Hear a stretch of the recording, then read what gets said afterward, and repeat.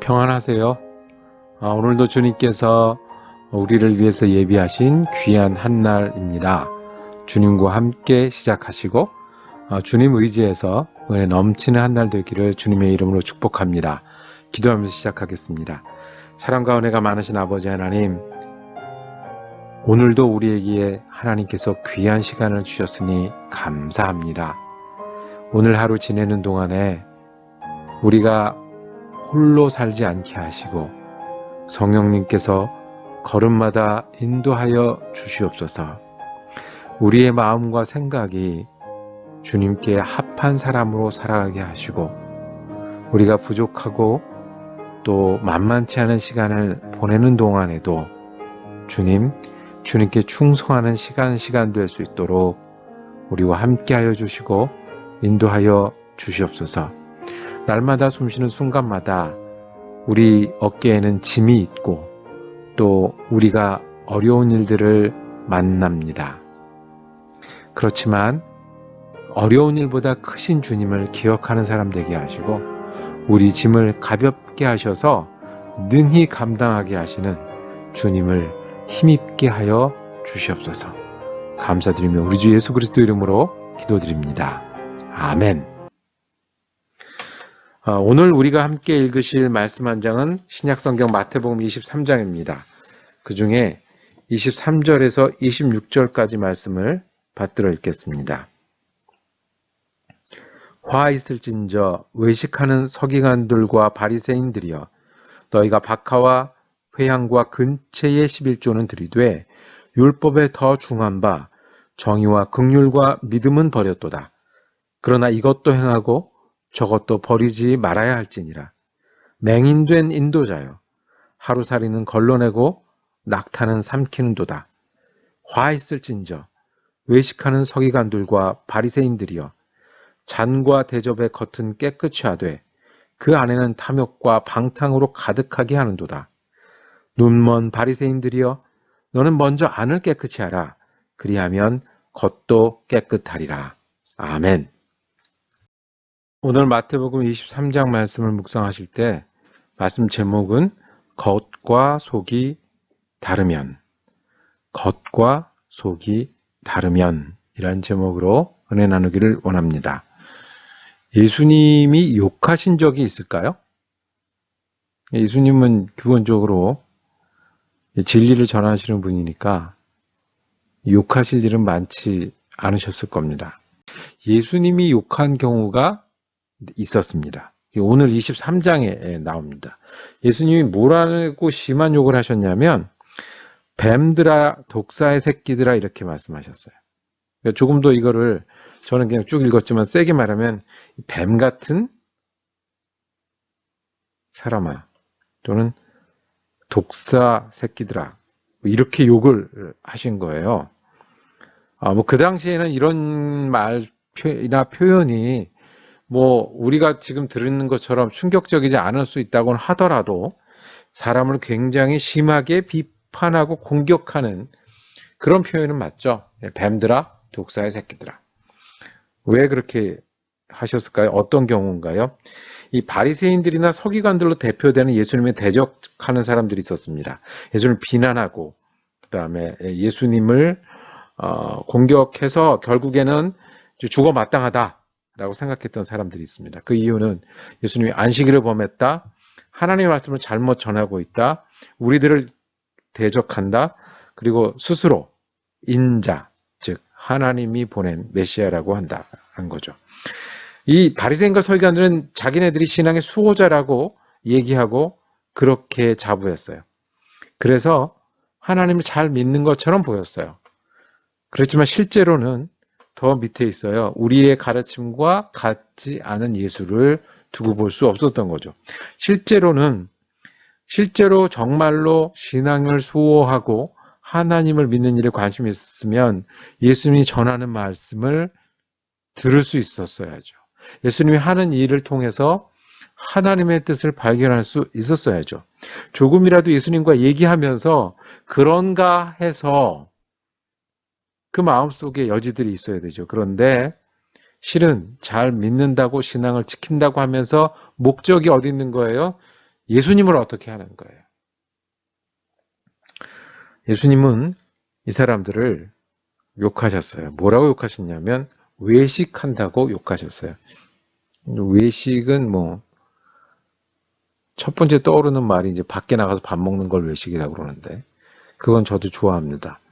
그럼 저도 외식하는 자인데 그 외식이 아니라 겉으로 형식만 드러내는 사람, 즉 위선자를 외식하는 자라고 성경에 표현한 겁니다. 그러니까 위선자들이다. 위선자가 뭡니까?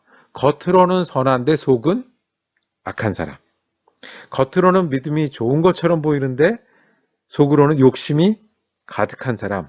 겉으로 보이기는 거룩한데 실제로는 여러 그 인간적이고 지저분하고 이렇게 선하지 못한 것들이 가득한 사람. 그래서 겉으로는 믿음이 좋아. 근데 속은 엉망이에요. 예수님 표현을 이렇게 하셨습니다. 오늘 읽은 말씀 23절에 보면 박하와 회향과 근채의 11조는 드렸다 그랬어요. 박하는 이제 나물 종류처럼 생긴 건데 이 당시에 그죠? 향이 좋은 거고요. 회향과 근채도 향료예요. 이것을 이렇게 땅에서 재배해서 거두면 이것의 11조를 드리는 거예요. 10분의 1을 떼서 하나님께 드리죠. 이게 이제 11조지 않습니까? 율법은 박하의 11조를 하라고 명령하지 않았습니다. 이 회향과 근태도 아니고요. 율법은 곡식과 포도주와 기름을 얻었을 때, 곡식을 재배해서 얻고 포도주를 따서 얻고 그다음에 기름을 짰을 때 거기에 대해 11조를 하라고 그랬거든요. 11조가 하나님께 감사하고 어려운 사람을 돕는 데 쓰이고 성전을 위해 사용되는 거니까 이 박하를 얻고도 곡식은 당연하고 포도주는 당연하고 박하나 이런 회향과 근채 같은 작은 채소를 얻어도 이거를 하나님께 감사하고 11조를 드리겠다라는 거예요. 의도 자체는 좋아 보입니다. 근데 예수님이 비판한 건 그래, 그런 거는 챙긴다고 하면서 더 중요한 게 있는데 11조는 그런 거는 나눠서 드리면서 하나님 앞에서 정의롭게 살아야 되겠다. 하나님 앞에서 남들에게 긍휼하게 살아야 되겠다. 하나님을 전적으로 의뢰하며 살아야 되겠다는 걸 생각하지 않고 그냥 11조 드리는 데만 관심이 있는 거예요. 그래서 예수님은 이런 사람들을 맹인 대 인도자라고 했어요. 인도한다고 그러는데 자기가 맹인이야. 그래 어떻게 되겠어요? 같이 잘못되죠. 굉장히 나쁜 거라고 예수님은 지적하시는 거예요. 자기 혼자 빠지는 게 아니라 자기가 맹인이면서 인도해서 다 같이 데리고 구덩이에 빠지는 거죠. 또 재미있는 표현이 있는데 하루살이는 걸러내고 낙타는 삼키는 도다. 뭘 마실 때요. 뭐 포도주든 물이든 마실 때 하루살이가 들어갈 수 있잖아요. 근데 하루살이는 부정한 동물인 거예요. 그러니까 하루살이가 들어가면 그 포도주를 부어버려야 돼요. 그걸 마시면 안 돼요. 그런데 하루살이는 잘 그렇게 부정하다고 걸러내면서 실제로 네 속에는 낙타를 삼켜도 모른다는 거예요. 낙타처럼 크고 나쁘고 몸에 해가 되는 걸 들어가는 거는 괜찮게 생각한다. 이어지는 말씀입니다. 외식하는 사람들아. 그러니까 위선자들아. 대접의 겉은 깨끗이 하되 그 안에는 탐욕과 방탕으로 가는 거다. 그러니까 겉보기에는 깨끗하게 만들어 오는데 속은 굉장히 더러워요. 그러면 그 대접 안에 뭐를 넣으면 어떻게 되겠어요? 다 지저분하게 되죠. 깨끗한 쓰레기통이 되는 거예요. 깨끗한 구정물통이 되는 거죠. 예. 26절에 결론 내립니다. 눈먼 바리새인이여 먼저 안을 깨끗하게 하라. 그러면 겉도 깨끗하게 되리라. 안을 깨끗하게 하면 안에 담기는 게 깨끗하니까 깨끗한 걸 담는 통이 되잖아요. 그렇죠? 그 다음에 겉은 깨끗할 수 있다라는 거예요. 왜 이 말씀을 하십니까? 너희 외식하는 사람들이 소경이 인도자, 소경이 소경을 인도하는 것처럼 사람들을 어떻게 해요? 잘못 인도해요. 예수님께 오는 사람들을 잘못 인도해요. 더군다나 너희 외식하니까 그 위선이 있으니까 그 위선이 가로막아서 선지자들을 죽이는 사람이 됐다는 거예요. 선지자들을 너희 가운데 오지도 못하게 하고 오히려 선지자들의 얘기를 하는 사람들을 죽이는 사람이 됐다라는 거예요. 예수님의 말씀을 들리지도 않고 예수님을 죽이는 데까지 가는 근본 이유가 위선이고 그 위선을 감추기 위함이고 위선을 옳다라고 끝까지 가기 때문에 그러시다는 거예요. 이 위선의 문제는 우리의 문제이기도 합니다. 겉은 좋아 보이는데 속은 아닌 거예요. 겉은 믿는데 속은 덜한 거예요. 겉은 깨끗한데 속은 지저분한 거예요. 진정으로 예수의 사람이 되기를 원하십니까? 아멘? 진정으로 하나님의 백성이 되기를 원하십니까? 그러면 위선하면 안 된다는 거예요. 위선하면 예수님이 들어갈 자리가 없고 선지자를 죽이는 사람이 되고 또 그렇게 따라하라고 이 믿음이 맞다고 말하면 소경이 소경을 인도하는 사람이 된다는 거예요.